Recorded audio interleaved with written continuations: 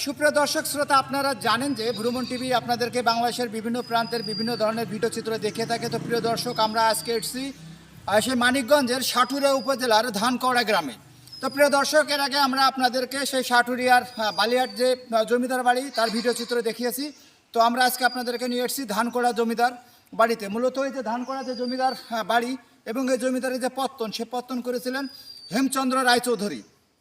হেমচন্দ্র রায়চৌধুরীর পত্তন করা এই জমিদারিতে 24টি তালুক ছিল এবং তা সময়ের বাংলা, আজকের এই বাংলাদেশ।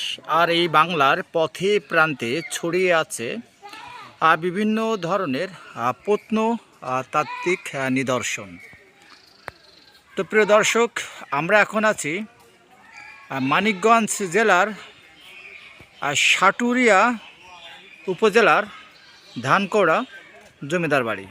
এক সময়ের জাঁকজমকপূর্ণ যে জমিদার বাড়ি, সেই জমিদার বাড়িটি আপনারা দেখতে পাচ্ছেন যে আজকে ধ্বংসের দ্বার প্রান্তে পৌঁছে গেছে। তো আমরা আপনাদেরকে যে স্থাপনাটাই দেখাচ্ছি, এটি আসলে মূলত এই যে জমিদার বাড়ির যে প্রাচীর, মূলত সেই প্রাচীরের সৌন্দর্যবর্ধক একটি ভবন আপনারা দেখতে পাচ্ছেন।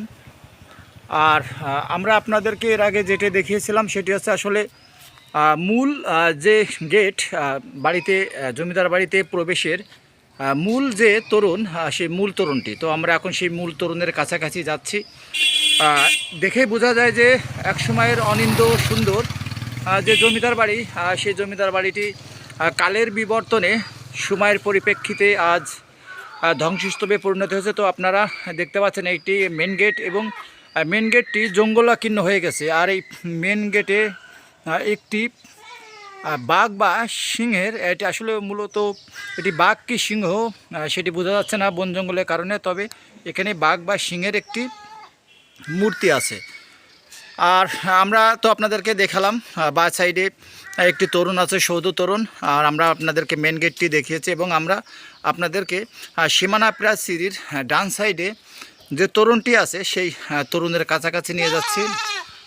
অনিন্দ্য সুন্দর স্থাপত্য শৈলীর আপনারা দেখতে পাচ্ছেন যে ধানকড়া যে জমিদার বাড়ি, সেই ধানকড়া জমিদার বাড়ির তরুণ।